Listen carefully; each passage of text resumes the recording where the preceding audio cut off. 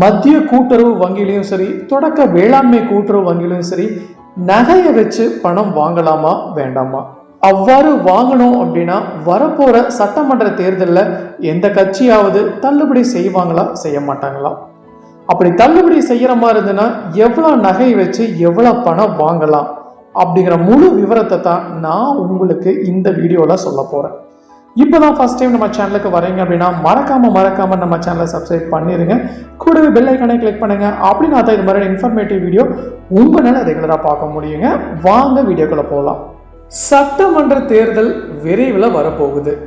நகைக்கடன் தள்ளுபடி ஆக போகுது என்ற பெருத்த நம்பிக்கையில் தொடக்க வேளாண்மை கூட்டுறவு வங்கிகளில் நகைக்கடன் பெறுவதில் விவசாயிகளும் மக்களும் ஆர்வம் காட்டி வராங்க.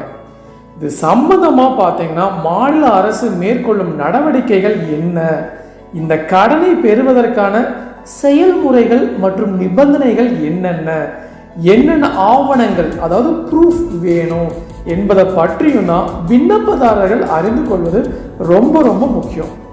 நம்முடைய நாட்டை பொறுத்த வரைக்கும் விவசாயம் தான் ஒரு பிரதான தொழிலாக இருக்கு. விவசாயம் மற்றும் கல்வி, மருத்துவம் உள்ளிட்ட செலவுகளுக்காக விவசாயிகள் வங்கிகளில் நகையை வச்சு கடன் பெறுவது ஒரு வழக்கமாகவே இருந்துட்டு வருது. அதிலும் பார்த்தீங்கன்னா அதிகமாக தொடக்க வேளாண்மை கூட்டுறவு வங்கியிலையும் மத்திய கூட்டுறவு வங்கியில் நிலவள வங்கி போன்றவற்றில் தான் மக்கள் அதிகமாக, அதாவது விவசாயிகள் அதிகமாக நகைக்கடன் பெறுவதில் ஆர்வமும் காட்டி வராங்க. இதற்கு முக்கியமான காரணம் என்னென்னு பார்த்தீங்கன்னா தங்க நகைக்கடனை வங்கியில் பெறுவதற்கு கெடுபடி நிபந்தனை அப்படின்லாம் எதுவுமே இல்லை, விதிமுறையும் எதுவுமே கிடையாது. அண்ட் ஆல்சோ மிகவும் முக்கியமானது வட்டி விகிதம் பார்த்தீங்கன்னா ரொம்ப கம்மி தான். வங்கிக்கு வங்கி வட்டி விகிதம் வேணா மாறலாம், ஆனால் மொத்தத்தில் வட்டி குறைவாக தான் இருக்கும். அதனால தான் மாநில மாவட்ட தலைமை கூட்டுறவு வங்கிகள், தொடக்க வேளாண்மை கூட்டுறவு கடன் சங்கங்கள், நகர கூட்டுறவு சங்கங்கள்ல அடமானம் அப்படிங்கிற பெயர்ல நகை கடனை வழங்கப்பட்டு வராங்க. அது மட்டும் இல்லைங்க, ஒவ்வொரு தேர்தலின் போதும் நகைக்கடன் மற்றும் பயிர்க்கடன் தள்ளுபடி அறிவிப்பு வாக்குறுதியாக அளிக்கப்பட்டும் வருது.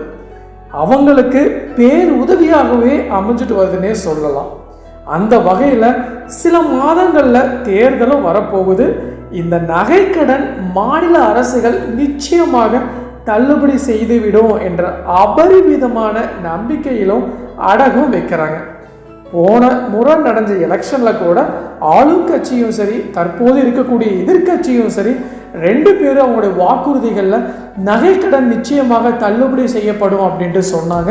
அதே போலவே ஆளுங்கட்சி ஆட்சிக்கு வந்தாங்க, அனைவருக்கும் தள்ளுபடின்னு சொன்னாங்க. ஆனால் நிபந்தனைகள் நிறைய வச்சு நிறைய பேர்த்த அதில் ரிஜெக்டும் பண்ணினாங்க. பட் ஒரு சில பேர்த்துக்கு கண்டிப்பாக அந்த நகைக்கடன் தள்ளுபடி அப்படிங்கிறது பெனிஃபிட்டாக இருந்துச்சுன்னே சொல்லலாம். ஸோ நிச்சயம் இந்த முறை தேர்தலில் தள்ளுபடி அறிவிப்புகள் வரும் என்ற எதிர்பார்ப்பு விவசாயிகளிடையேயும் மக்களிடையேயும் அதிகமாகவே ஏற்பட்டிருக்கு.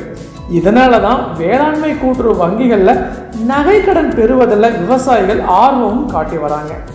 குறிப்பாக சொல்லணும்னா நகைக்கடன் தள்ளுபடியில் திமுக ஏற்கனவே வாக்குறுதியை நிறைவேற்றியிருப்பதால மீண்டும் வாக்குறுதியை தரும் அப்படின்னு நம்பிக்கையிலையும் இருக்காங்க.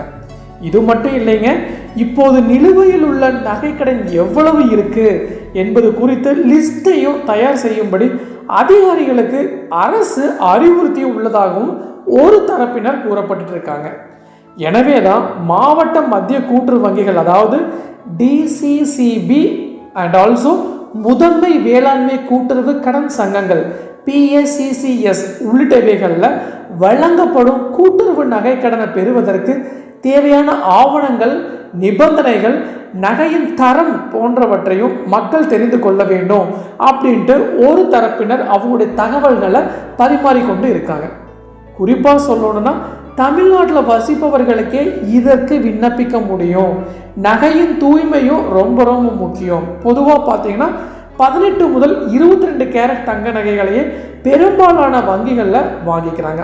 சில சமயம் நாணயங்கள் அல்லது தங்க பட்டைகளை ஏற்காமல் இருக்கலாம், ஆனால் ஒரு சில பேர் காயின்ஸை அக்செப்ட் பண்ணிக்கிறாங்க.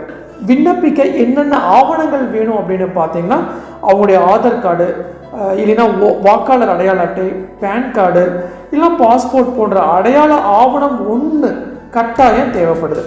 அது மட்டும் இல்லைங்க, அதோட அடிஷ்னலாக என்ன வேணும்னா அவங்களுடைய ரேஷன் கார்டு, இல்லைன்னா மின்சார ரசீது, இல்லைன்னா வங்கி ஸ்டேட்மெண்ட், இல்லைன்னா உங்களுடைய பாஸ்புக்கு, முகவரி சான்றிதழ், 2 பாஸ்போர்ட் சைஸ் ஃபோட்டோ, இதெல்லாம் வந்து தேவைப்படும் இதுக்கு அப்ளை பண்ணுறதுக்கு அப்படின்னு சொல்கிறாங்க. நகை மதிப்பீடு வங்கி அங்கீகரித்த மதிப்பீட்டால் செய்யப்படும் என்பதனால அதை தனியாக எடுக்க வேண்டியதில்லை. நகையுடைய குவாலிட்டி எப்படி இருக்கு அதை நாம சரி பார்த்து சர்டிஃபிகேட் பேங்க்ல கொடுக்கும்போது நாம சப்மிட் பண்ண தேவையில்லை. எதுலன்னு பார்த்தீங்கன்னா நகை மதிப்பீடு வங்கி அங்கீகரித்த மதிப்பீட்டாளரால் செய்யப்படும் என்பதனால அதை தனியாக எடுக்க வேண்டியது இல்லை. விவசாய நகை கடன் என்றால நில உரிமை, பயிர் சான்று போன்ற கூடுதல் ஆவணங்களை PACCS கேட்டால் அதையும் காட்ட வேண்டியிருக்கும்.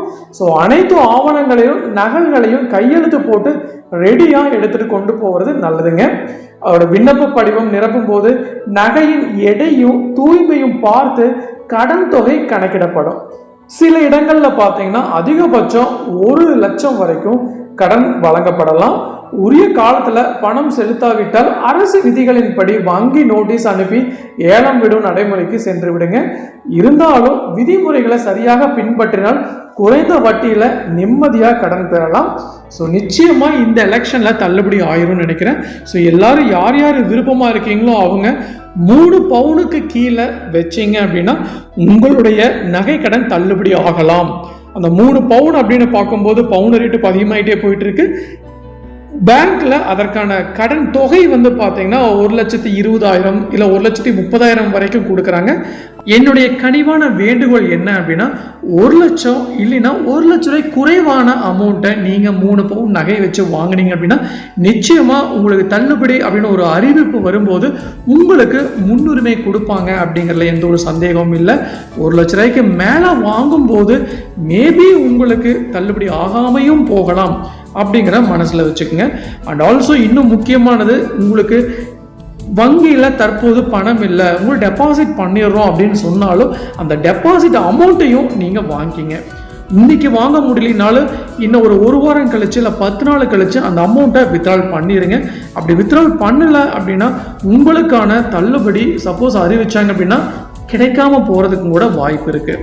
ஸோ எது எப்படியோ இந்த தடவை எந்த கட்சி ஆட்சிக்கு வர மாதிரி இருந்தாலும் சரி அவங்களுடைய எலெக்ஷன் மேனிஃபெஸ்டோவில் கம்பல்சரி பார்த்தீங்கன்னா தங்க நகை கடனை தள்ளுபடியை அறிவிச்சே தீருவாங்க.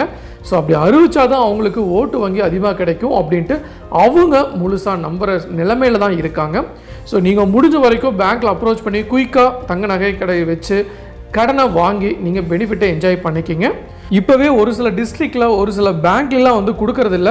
ஸோ அதனால் நீங்கள் அப்ரோச் பண்ணி எவ்வளோ சீக்கிரம் வாங்குறீங்களோ அவ்வளோ சீக்கிரம் உங்களுக்கு நல்லதுன்னு நான் சொல்லுவேன்.